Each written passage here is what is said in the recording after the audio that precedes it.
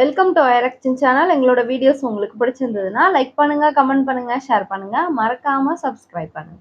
Okay. இப்ப என்ன video பார்க்க போறோம்? சினிமாட்டிக் சேனல் தான் பார்க்க போறோம். ரீசென்ட்டா போட்ட வீடியோ தான் பார்க்க போறோம். பார்க்கலாமா? தமிழ் சினிமால இருக்கிற லிரிசிஸ்ட்லயே உங்க ஃபேவரட் யாருன்னு கேட்டா யோசிக்காம நிறைய பேரோட ஞாபகத்துக்கு வருவாங்க. கண்ணதாசன், வாலி, வைரமுத்து, நாமத்துக்குமார், பா விஜய் இவங்கெல்லாம் தான். ஆனா இவங்களை தாண்டியும் நிறைய ஹிட் சாங்ஸ் எழுதின சில லிரிசிஸ்ட் அண்டர்ரேட்டடா தான் இருக்காங்க. அப்படி நம்ம சின்ன வயசுல இருந்து இன்னைக்கு ட்ரெண்ட்ல இருக்கிற பாட்டு வரைக்கும் எக்கச்சக்கமான ஹிட் பாடல்களை எழுதின கபிலன் நிறைய பேருக்கு தெரியாமலேயே இருக்காரு. லிரிசிஸ்ட் கபிலன் எழுதி வந்த நூத்துக்கணக்கான பாடல்கள்ல இருந்து சில ஹிட் சாங்ஸ் பத்தி தான் இந்த வீடியோல பார்க்க போறோம். பார்த்துருக்கேன், இவரை பார்த்துருக்கேன். இந்த இது சசாதாரத்துல வருவார்.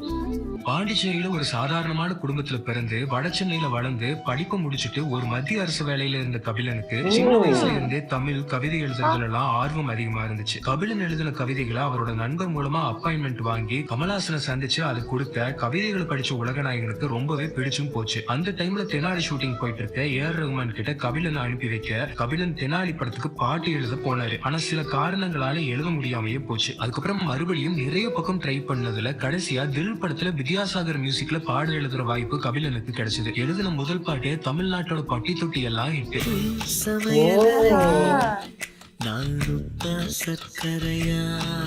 இந்த பாட்டுக்கு ஒரு ஸ்பெஷல் இருக்கு. டியூன் போட்டு பாட்டு எழுதாம பாட்டை எழுதிட்டு அதுக்கப்புறம் டியூன் போட்டிருக்காரு வித்யாசாகர். சூப்பரா இருக்கும் அந்த பாட்டு. உன் சமையலறையில் நான் உப்பா சர்க்கரையா மாதிரி எக்கச்சக்கமான வரிகளை கபிலன் எழுத அதுல பெஸ்டான வரிகளை வித்யாசாகர் தேர்ந்தெடுத்து டியூன் போட்டிருக்காரு. அது எழுதி மெட்டமைச்ச பாட்டு அது வந்து அதுக்கு தில் படத்துக்கு முன்னால நிறைய இயக்குநர்கிட்ட கொடுத்துரு. ரகுமான் சார்லாம் போயிட்டு வந்தது. அப்புறம் கடைசியாக வந்து தில்லியில் வந்து முடிஞ்சிச்சு. அது அவர் நான் கருபாணியை பண்ண வந்த நண்பரை அவர் சொல்லி அவர் வந்து தர்ணிகிட்ட சொல்லி தர்ணியை வந்து வித்யாசார்கிட்ட கூட்டிகிட்டு போய் அந்த பாட்டு ரெக்கார்ட் பண்ணி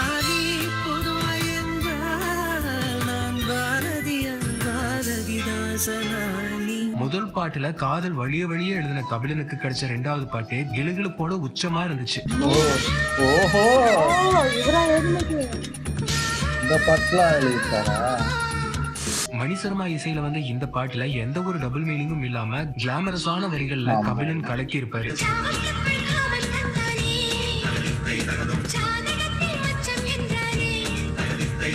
2001 சினிமால லிரிசிஸ்டா அறிமுகமான கபிலனுக்கு அதுக்கு அடுத்த வருஷமே உலகநாயகனோட படத்துல பாட்டு எழுத வாய்ப்பு கிடைச்சது. இதுக்கு மேல கமலஹாசனை எப்படி வர்ணிக்க முடியுங்கிற மாதிரி இருந்துச்சு பாட்டோட முதல் வார்த்தையே.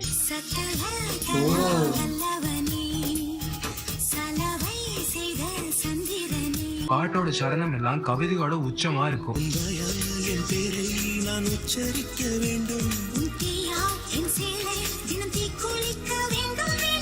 இந்த எல்லா பாட்டுமே எல்லாரோட பிளேலிஸ்ட்லயும் இருக்கும். ஆனா இது எழுதுனது கபிலன்னு நிறைய பேருக்கு தெரியாமையே போயிடுச்சு. ஆனா இதே 2002 கபிலன் எழுதின ஒரு பாட்டு அவர் இன்னைக்கு வரைக்கும் இண்டஸ்ட்ரியில மோஸ்ட் வாண்டட் லிரிசிஸ்டா மாத்துற அளவுக்கு வைரல் ஆச்சு.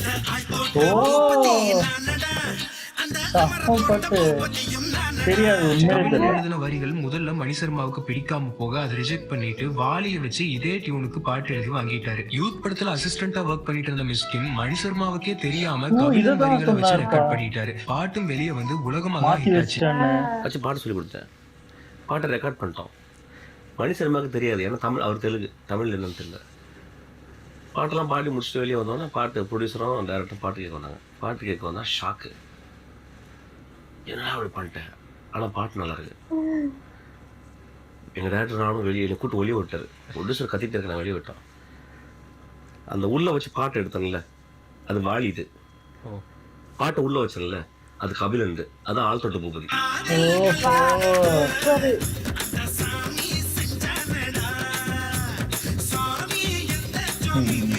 கபிலனுக்கு அறிமுக பாடலை கொடுத்த வித்யாசாகர் கூட எப்பெல்லாம் மறுபடியும் இணைகிறாரோ அப்போ எல்லாம் ஒரு மேஜிக் கிரியேட் ஆகும். அந்த பாட்டு எல்லாம் இன்னைக்கு வரைக்கும் நம்ம பிளேலிஸ்ட்ல இருந்துகிட்டே இருக்கும்.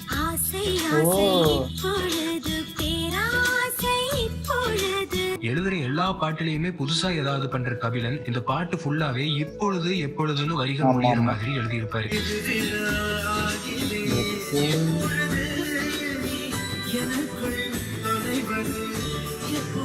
வித்யாசாகருக்கும் மணிசர்மாவுக்கும் இப்படி மெலடி பாடலையும் அழகான பாடல்களையும் கொடுத்த கபிலன் தேவாவுக்கு ஒரு பக்கா கானா சாங்க தம் படத்துல எழுதியிருந்தாரு.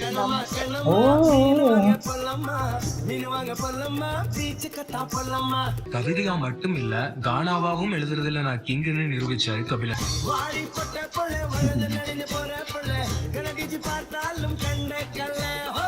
ஏர்லி 2Kல நம்ம கேட்டு வைப் பண்ண நிறைய பாட்டு கபிலன் எழுதினது, அதுல இதுவும் ஒண்ணு.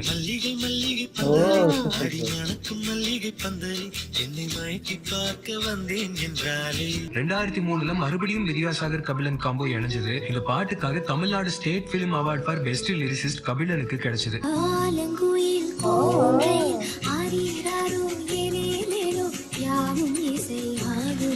காதலுக்கு நம் 4 கண்களில் தோன்றுகின்ற ஒற்றை கணவடான எழுதி தமிழ் மேல நமக்கு இருக்கிற காதலை அதிகப்படுத்தினாரு கபிலன். காதல்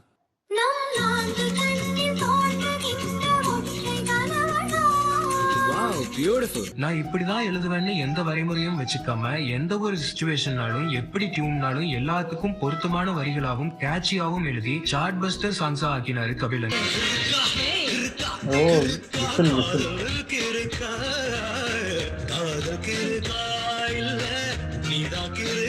தொடர்ந்து வைரமுத்து வாலி கூட மட்டுமே ஒர்க் பண்ணிட்டு இருந்த சங்கர் ரஹ்மான் காம்போ பாய்ஸ் படத்துக்காக புதுசா யாராவது வச்சு எழுத வைக்கலாம்னு யோசிக்க அவங்க ஆப்ஷன்ஸ்ல முதல் இடத்தை பிடிச்சவர் கபிலன். இதை விட பெஸ்டான வரிகளை வேற யார் எழுதிட முடியுங்கிற அளவுக்கு சம்பவத்தை பண்ணினாரு கபிலன். சூப்பர் பாட்டு இதுல. வானவில் உரசியே பறந்ததும் இந்த காக்கையும் மயிலென மாறியதுன்னு கற்பனையோட உச்சமாகவும் ஒவ்வொரு பட்களிலும் சிரித்தேன்னு அற்புதமான வரிகளால பாட்டை அல்டிமேட் ஆக்கியிருந்தாரு கபிலன்.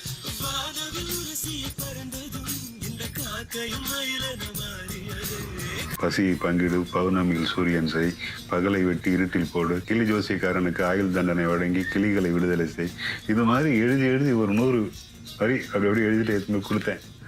அதுக்குள்ள டியூன் வந்துச்சு. டியூன் போட்டு கொடுத்துட்டாரு ரஹ்மான் சார். அவரு சங்கர் சார் எந்தெந்த வரின்னு, ஓ இது வந்து எகிரி குதித்தேன் வான முடியுது ஃபர்ஸ்ட் வச்சுக்கலாம்.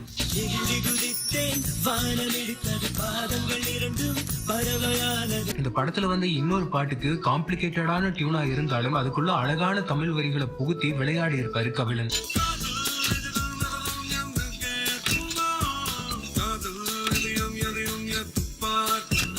தளபதிக்கு ஆள் தோட்ட பூபதியை கொடுத்து அந்த அதிர்வை அடங்குறதுக்குள்ளேயே திருமலையில வாடியம்மா ஜக்கம்மான்னு ஒரு அல்டிமேட்டான பாட்டு எழுதினாரு கபிலன்.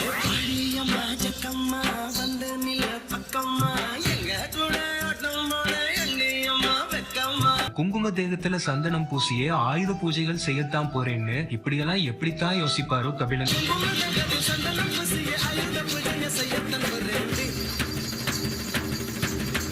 நம்ம சைல்ட்ஹுட்ல டிவிலையும் ரேடியோலையும் ரிப்பீட் மோட்ல கேட்ட நிறைய சாங்ஸ் கபிலன் எழுதியிருக்காரு.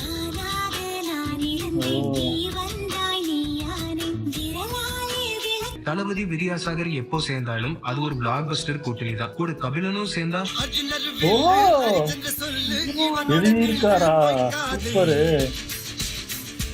கிட்டத்தட்ட 20 வருஷம் ஆச்சு. இன்னைக்கும் சலிக்காம ரிப்பீட்ல இதை கேட்டு நம்ம நிறைய பேரோட நாளே தொடங்குதுன்னா அதுக்கு முக்கியமான காரணம் கபிலனோட இந்த பவர்ஃபுல்லான லிரிக்ஸ்.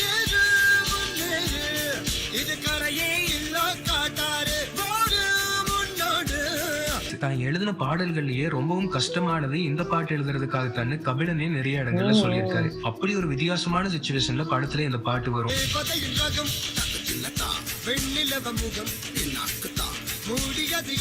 பேரழகன் படத்துல சூர்யா தான் இப்படி இருக்கிறதால கண் தெரியாத ஜோதிகாவுக்கு பிடிக்காம போயிருமோன்னு ஒரு இன்ஃபீரியாரிட்டி காம்ப்ளெக்ஸ்ல தன்னை பத்தி எப்பவுமே உயர்வாவே சொல்லிட்டு இருப்பாரு. அப்படி ஒரு சிச்சுவேஷன்ல சூர்யா தன்னை பத்தி விவரிக்கிற மாதிரி ஃபன்னான வரிகளால எப்படி எழுதியிருப்பாரு கபிலன்.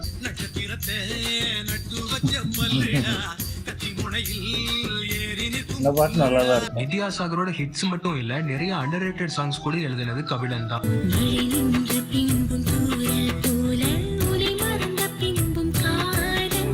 அர்ஜுனர்வில்ல ஹிட்டுக்கு அப்புறமா தளபதியோட இன்ட்ரோ சாங்ஸ் எல்லாம் எழுதுற வாய்ப்பு கபிலனுக்கு கிடைச்சது.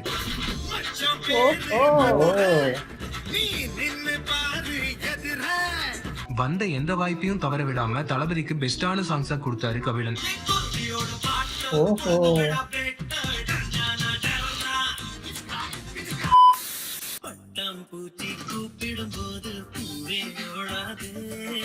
தளபதிக்கு ஹிட் பாட்டு கொடுத்தா தலை வெட்டுவாரா என்ன? தளத்திட்ட இருந்தும் அழைப்பு வர அஜித்துக்கும் சமத்தியான ஒரு இன்ட்ரோ சாங்கா கொடுத்தாரு கபிலன். ரொம்ப சம பாட்டு. இந்த டைம்ல தான் வித்யாசாகர் சந்திரமுகியில கமிட் ஆனாரு. அந்த படத்துல இன்னைக்கு வரைக்கும் நம்ம வைப் பண்ணிட்டு இருக்கிற மாதிரி ஒரு பாட்டை கொடுத்தாரு கபிலன்.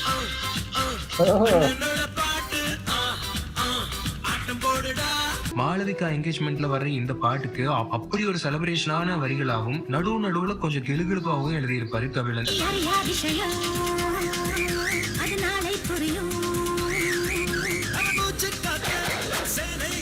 சரி, அதெல்லாம் இருக்கட்டும். கபிலன் இந்த பாட்டுல எழுதின இந்த வரி என்னன்னு யாருக்காவது தெரிஞ்சா கமெண்ட்ல சொல்லுங்க.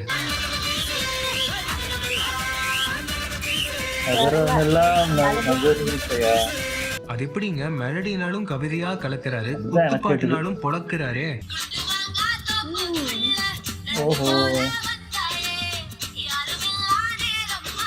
தளபதியோட திருப்பாச்சியில எல்லா பாட்டையும் பேரரசை எழுத அந்த ஏக்கத்தை சச்சின் படத்துல இப்படி எழுதி தீர்த்துக்கிட்டாரு கபிலன். காதல் அப்படி ரசிச்சு எழுதின கபிலன் காதல் தோல்விக்கு கூட சில எவர்கிரீன் சாங்ஸ் எல்லாம் கொடுத்திருக்காரு.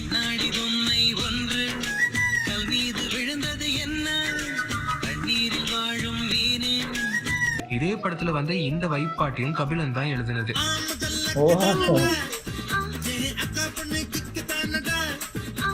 மறுபடியும் சங்கர் படத்துல ஒரு பாட்டு எழுதினாரு கபிலன். அது இன்னைக்கு வரைக்கும் ட்ரெண்டிங்ல இருக்கு. சூப்பர் பாட்டு. எல்லாமே சூப்பர் பாட்டா இருக்கு.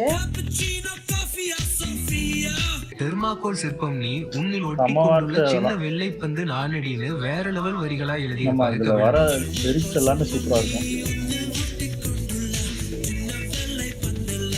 என்ன கொல்றா அப்படி வந்து தமிழ் இல்லாமல் இதை கொஞ்சம் மாடான எழுதுங்க அப்படின்னாரு.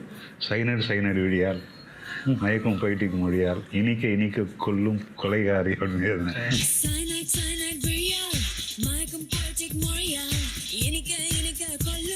கபிலன் பாடல்கள்ல வரிகள்ல தமிழ் வழிஞ்சோடும், கேட்சியாவும் இருக்கும், டியூன்லயும் பக்காவா உட்காரும்.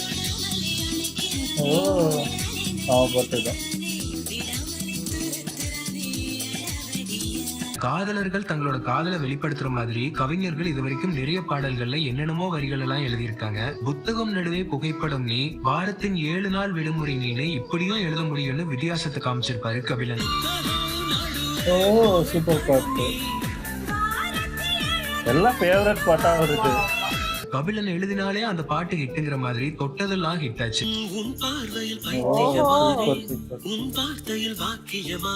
கபிலன் எழுதின நிறைய பாடல்களாலேயே அந்த படங்கள் நல்லா தியேட்டர்ல ஓடவும் செஞ்சது. படத்தோட எதிர்பார்ப்பும் கூடுச்சு.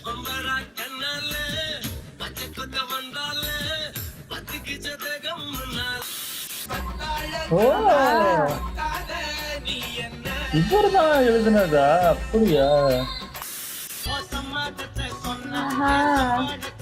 சம பாட்டா எழுதியிருக்காரு.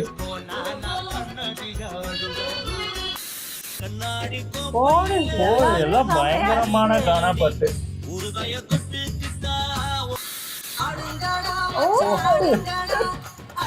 எல்லாம் பயங்கரமான டான்ஸ் பாட்டு தான்.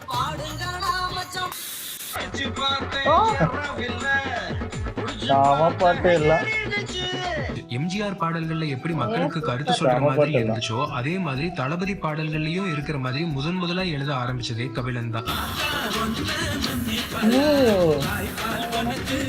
இந்த பாட்டு தான் சூப்பர். இன்ட்ரோ சாங் ஃபுல்லா அதுக்கப்புறம் பாட ஆரம்பிச்சது. அகதியான மக்களுக்கு அமைதியான நாடு கேட்பேன். இன்ட்ரோ சாங்க்கு எம்ஜிஆருக்கு கண்ணதாசன், ரஜினிக்கு வைரமுத்து மாதிரி விஜய்க்கு கபிலன் அவ்வளவு அருமையான ஹிட்டான இன்ட்ரோ சாங்ஸ் எல்லாம் கொடுத்திருக்காரு.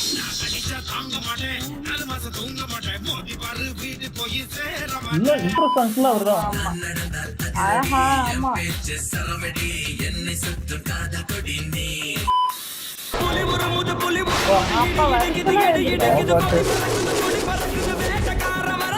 என்னதான் டியூனை பயங்கரமா போட்டு செம ரிச்சான ப்ரோக்ராமிங் எல்லாம் பண்ணினாலும் நல்ல வரிகள் இல்லைன்னா அந்த பாட்டே கெட்டுடும். அதுக்கு இப்போ வர நிறைய பாடல்களை எக்ஸாம்பிளா சொல்லலாம். ஆனா கபிலன் நல்ல டியூனை எல்லாம் தன்னோட வரிகளால மேலும் மேலும் அழகாக்கி இருக்காரு.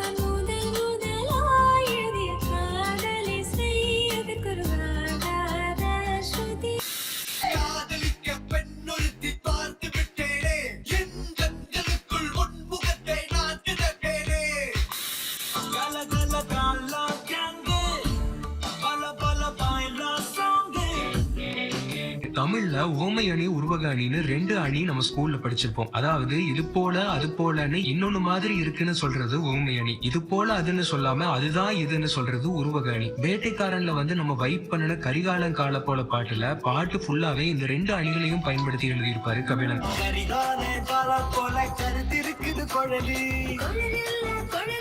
இதுல கரிகாலன் கால போலன்னு சொல்றது உவமை அணி, அது கூந்தல் இல்ல தாஜ்மஹால் நிழல்னு சொல்றது உருவக அணி. இப்படி சாதாரணமான சிச்சுவேஷன்ல வர பாடல்ல கூட இவ்வளவு மேஜிக் பண்ணிருப்பாரு கபிலன். பயங்கர தமிழ் நல்லா இருந்தா பயங்கரமா எழுதியிருப்பாங்க. அபூர்வ சகோதரர்கள்ல சர்க்கஸ்ல வேலை செய்யற ஹீரோ லவ் ஃபெயிலியர் ஆகும்போது வர்ற பாட்டு இது.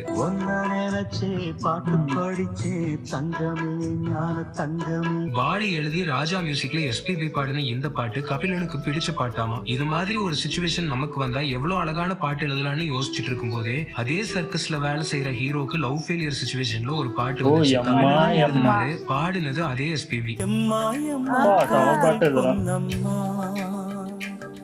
நீ என்ன விட்டு காதல் ஒரு போதை மாத்திரை, அதை போட்டுக்கிட்டா மூங்கில் யாத்திரை பாடை தானே, அதை போட்டுக்கிட்டா கொஞ்சம் கொஞ்சமா சாகடிக்கிறது காதல் தானே, அந்த விஷயத்த அதில் சொல்லியிருப்பேன். அதில் ஒரு போதை மாத்திரை, அதை போட்டுக்கிட்ட மூங்கில் யாத்திரை. டைரக்டர் ரஞ்சித் சந்தோஷ் நாராயணன் கபிலன் காம்போல வந்த பாடல்களும் மெகா ஹிட் ஆச்சு. ஆசை ஓர் புல்வெளி, அதில் ஆண் பெண் பனித்துளி. அந்த கானா பாட்டே செமையா இருக்கு. மெலோடியும் நல்லா இருக்கு.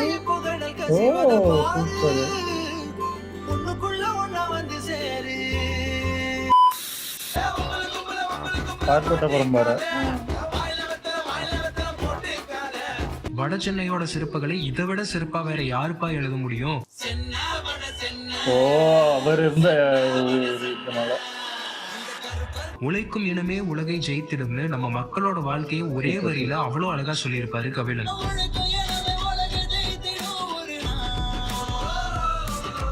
சின்ன வயசுல இருந்தே வடசென்னையில வளர்ந்ததாலேயோ என்னவோ இந்த பாட்டுல அவ்வளவு உயிர் இருக்கிற மாதிரி எழுதியிருப்பாரு கபிலன். நல்லா இருக்கும் அது. இந்த மீனொடம்பு வாசனை என்ன நீ தொட்டதும் மணக்குதேன்னு மரியானோட காதல தேன் வந்து பாயிற மாதிரி எழுதியிருப்பாரு கபிலன். இந்த மீனோட வாசனை என்ன நீ தொட்டதும் மணக்குதே. கபிலனோட வரிகள் ஒரு போதை, அத பிரதீப் வாய்ஸ்ல கேட்டா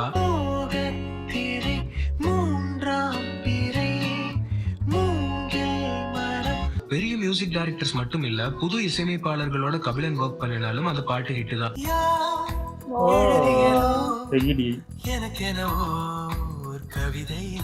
தமிழ் எவ்வளவு அழகான மொழின்னு இந்த மாதிரி சில பாட்டு எல்லாம் கேட்கும் போதுதான் நம்மளாலேயும் உணர முடியும்.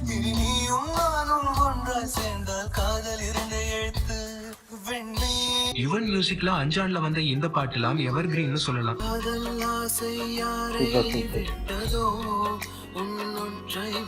விழிகளிலே உன் தேடல், செவிகளிலே உன் பாடல், இரண்டுக்கும் நடுவிலே இதயத்தின் உரையாடல்னு காதல் மழையா பொழிஞ்சிருப்பாரு கபிலன்.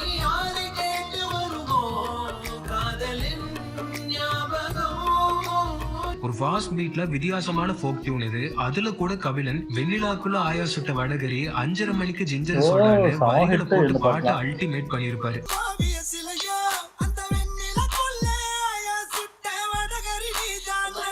கபிலன் பாட்டு பிரதீப் மட்டும் இல்ல கானா பாலா பாடுனா கூட கேட்க வைவா தான் இருக்கும்.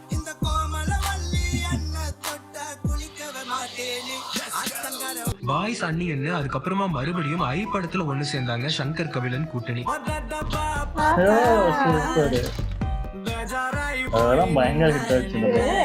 மாடலா வர எமி ஜாக்சனுக்கும் லோக்கல் சென்னை பையனா வர்ற விக்ரமையும் வானவில்லு நீ பின்னி மில்லு நான்னு ரைமிங்லயே விவரிச்சிருப்பாரு கபிலன்.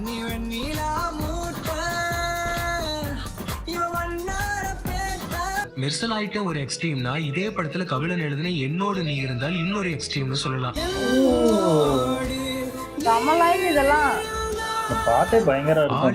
விக்ரம் இந்த உருவத்துல வரும்போது அவரோட சூழ்நிலையையும் காதலையும் இவ்வளவு அழகான வரிகளால சொல்லியிருப்பாரு கபிலன்.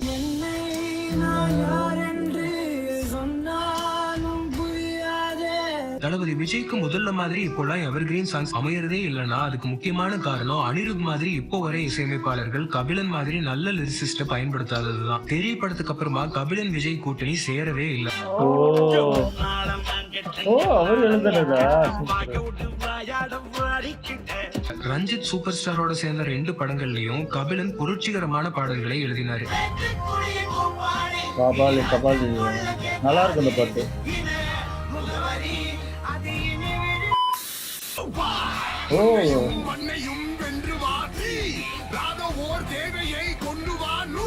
இடப்பக்கம் துடிக்கும் இதய இசை என இருந்தவள் அவள் எங்கே போனாலும்னு தன்னோட மனைவியை பிரிஞ்ச ரஜினியோட வழிய உருக்கமான வரிகளாலே எழுதியிருப்பாரு கபிலன்.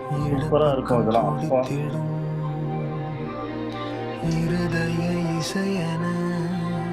இளையராஜாவோட முன்னாடியே கபிலன் சில படங்கள்ல ஒர்க் பண்ணியிருந்தாலும் சைக்கோ படத்துல இவர் எழுதின பாட்டு பெரிய ஹிட் ஆச்சு.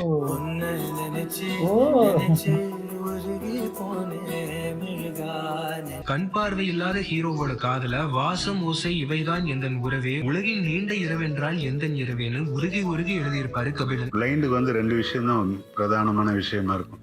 ஒன்று வந்து வாசம், ஒன்று வந்து ஓசை. ஓசை வந்து இது மணி ஓசை, இது கிட்டார் ஓசை, இது வயலன் ஓசைன்னு கண்டுபிடிச்சிருவாங்க பார்வையற்றவர்கள். அதே மாதிரி வாசம், இது மல்லிப்பூ வாசம், இது சந்தன வாசம் அப்படின்னு கண்டுபிடிச்சிருவாங்க. 2 தான் அவங்களுக்கு பிரதானமான ஒரு புரிதல். அதான் வாசம் ஓசை இவைதானே எந்த உறவே.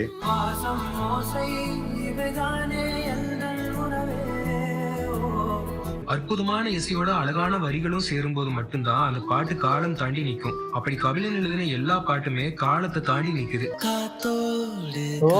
சூப்பர்.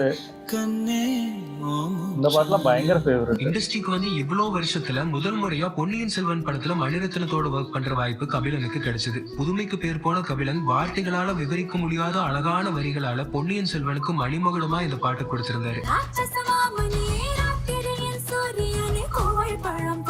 தளபதிக்கு மட்டும் இல்ல, எந்த ஒரு ஹீரோக்கும் ஒரு ஹிட் இன்ட்ரோ சாங் எழுதணும்னாலும் அதுக்கு இப்பவும் கபிலனை விட்டா வேற ஆளே இல்ல.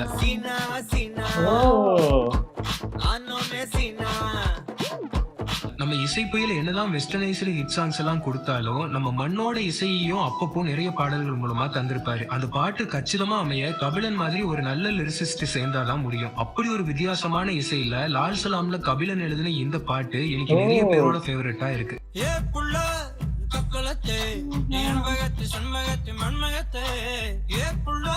இந்த பாட்டுல கபிலன் வரிகள்ல இருக்கிற ஃப்ரெஷ்னஸ் இப்போ வரை எந்த பாட்டுலயுமே இல்ல.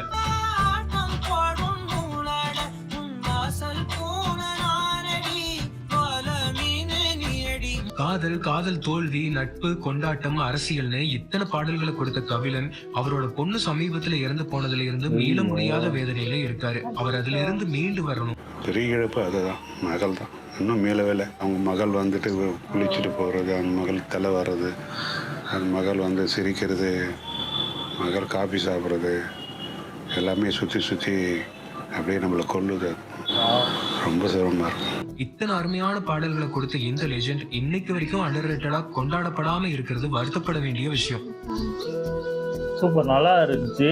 அதை பயங்கரமா கலெக்ட் பண்ணி சினிமா டிக்கெட் சூப்பரா ஒரு வீடியோ மேக் பண்ணிட்டாரு. நல்லா இருந்துச்சு. இதுல நிறைய இதுல எதுவுமே நான் கேட்கிற எக்கச்சக்க பாட்டு அந்த படத்துலதான் இருக்கு. ஆமா, இதுக்கு முன்னாடி பாடினவங்களை பத்தி தான் இது பண்ணோம். எழுதினவங்களை எனக்கு உண்மையாவே இப்படி ஒரு ஆள் இருக்குது தெரியாது. நாங்களே சண்டை போட்டுப்போம். லைன் எல்லாம் தப்பா போயிடுச்சுன்னா இந்த லைன் அந்த அளவுக்கு நான் வச்சுப்போம். அந்த லைன் எல்லாம் அந்த அளவுக்கு அந்த லைனை எழுதுறவங்களா நான் வச்சுக்கல. நம்ம அந்த அளவுக்கு அவ்வளவு சூப்பரா இருக்கும் லைன் ஒண்ணு கேக்குறதுக்கு. பிடிச்ச பாட்டுனா எனக்கு அந்த ஐ படத்துல அந்த மிருகம் மாதிரி பாடுறதுலாம் அதெல்லாம் சூப்பரா இருக்கும். லைன் எல்லாம் என்னடா இது சூப்பரா எழுதிருக்காங்களேன்னு அப்படி. அதே மாதிரி அந்த கண்ணும் நோக்கியாவும் அப்ப பயங்கர ட்ரெண்ட் ஆச்சு. அந்த நோக்கியாவை இது பண்ணி அதெல்லாம் பயங்கர ட்ரெண்ட் ஆச்சு அந்த பாட்டு. ஆமா, எல்லா பாட்டுமே சூப்பரா இருக்கு. ஒரு பாட்டு கூட நல்லா இல்லைன்னு சொல்லவே முடியாது. எல்லா பாட்டுமே நல்லா இருக்கு. அதே மாதிரி அஜித் அவங்களுக்கும் அந்த வம்ப அந்த பாட்டுலாம் எனக்கு பயங்கர ஃபேவரட். அப்போ அந்த பாட்டு எங்க ஓடினாலும் அப்படியே அந்த வைப் வரும் அந்த பாட்டுல இருந்து. அதே மாதிரி நிறைய காணாப்பட்ட இந்த அஞ்சாதே பாட்டுல இந்த குடிக்கிற சாங்கு, அது நிறைய பாட்டு அப்படிதான். அப்புறம் இன்னொன்னு அஞ்சாதே படத்துல இன்னொன்னு ஒரு கானா சாங் வரும். அந்த பாட்டும் சூப்பரா இருக்கும். அவரும் அதான் எழுதியிருக்காங்க. நான் வேற யாரோ ஒருத்தங்க கானா பாடுறவங்க தான் எழுதியிருக்காங்க இந்த பாட்டுலாம் நினைச்சேன். பார்த்தா இவர் எழுதியிருக்கான்னு தெரியாது உண்மையில. ஆமா, அந்த எகிரி குதித்தேன் வானம் அதெல்லாம் சூப்பரா இருக்கும். அந்த பாட்டு பார்க்கவும் நல்லா இருக்கும், கேட்கவும் சூப்பரா இருக்கும். ஆமா இல்ல ஒரு மெலோடியும் நல்லா பண்றாரு. கானா கானா, பாட்டு சாங் ஆமா எல்லாமே. அதாவது அந்த இது 7ஆம் அறிவுல அந்த லவ் ஃபெயிலியர் சாங் பயங்கரமான லவ் ஃபெயிலியர் சாங். ஏன்னா அந்த டைம்ல லவ் ஃபெயிலியர் சாங் அந்த அளவுக்கு ஹிட் ஆகலன்னு நினைக்கிறேன் எனக்கு தெரிஞ்சு. இதுதான் பயங்கர எல்லாருமே அந்த லவ் ஃபெயிலியர் ஆயிடுச்சுன்னா இதுதான் மேக்சிமம் எல்லாரும் காலர் டியூனாலாம் வச்சிருப்பாங்க. அதனால சொல்றேன். ஏன்னா பயங்கர ஹிட்டான பாட்டு இது. அது அந்த லைன்லாம் பார்த்தீங்கன்னா அந்த அந்த பாட்டுல நல்லா நோட் பண்ணி கேட்டிங்கன்னா தெரியும். இந்த லைன்லாம் பயங்கரமா இருக்கும். எவ்வளோ ஒருத்தன் வழியில இருக்கான். ஆமா அது கேட்கும்போதே நம்மளுக்கே கஷ்டமா இருக்கும். அந்த மாதிரி இருக்கும். ஆமா, தமிழ் எந்த அளவுக்கு பிடிச்சிருந்தா ஒரு அந்த வார்த்தை ஒண்ணு அப்படி யூஸ் பண்ணிருக்காரு. நம்ம இன்னும் நல்லா புரிஞ்சு பார்த்தோம்னா ரொம்ப பிடிக்கும்னு நினைக்கிறேன். பார்க்கணும். ஆமா அதே மாதிரி தளபதிக்கும் ஃபுல்லா ஸ்டார்டிங்ல இருந்து அந்த நடுவுல இந்த கில்லில இருந்து இன்ட்ரோ ஃபுல்லா அவர் தான் பாடியிருக்காரு. அது தெரியவே இல்லை. அதான் இப்போதான் ஒரு அந்த இதுக்கப்புறம் விட்டுட்டாங்க போல இருக்கு. தெறிக்கு அப்புறம் இருந்து அவர் எந்த சாங்குமே விஜய்க்கு பாடல போல இருக்கு. ஆமா, அந்த அர்ஜுனர்வில்லாம் செம்ம பாட்டு. அதெல்லாம் அது தெரியவே இல்லை. அதான் நிறைய பாட்டு அப்படிதான். படிச்சு பார்த்த யாரவில்லை எல்லாம் சூப்பரா இருக்கும். அதே மாதிரி அந்த யூத்ல அந்த ஆழ்தோட்ட பூபதி அதெல்லாம் எவ்வளவு செமையான பாட்டு. ஏன்னா அது சன் மியூசிக் இதுல போட்டாலே வேற என்ன சேனலையும் மாத்த விட மாட்டோம். அந்த பாட்டு ஓடுற வரைக்கும் அப்படி பார்த்துட்டு இருக்கோம். அந்த பாட்டுலாம் அந்த பாட்டு தெரியல நம்மளுக்கு. ஆமா, இப்ப கொஞ்சம் கஷ்டமா இருக்கு. ஆமா பாவம் உண்மையிலே. அதான் உங்களோட பசங்க அது எல்லாருக்குமே எல்லாரோட லைஃப் அப்படித்தானே. இவங்கன்னு இல்ல எல்லாருக்குமே அவங்கவுங்க பசங்க. ஏன்னா அவங்க இருக்கும் போது அவங்க பசங்களே போயிட்டாங்கன்னா அதுதான் ரொம்ப கொடுமையான விஷயம். அது பார்த்தாலே தெரியுது அவர் எவ்வளவு வருத்தப்படுறாரு. ஏன்னா அது அவர் அந்த வீட்டிலேயே இருப்பாரு. ஒருத்தங்க வரவே மாட்டாங்க அந்த வீட்டுக்கு அப்படின்னு தோணும் போது அது ரொம்ப கஷ்டமா இருக்கும்.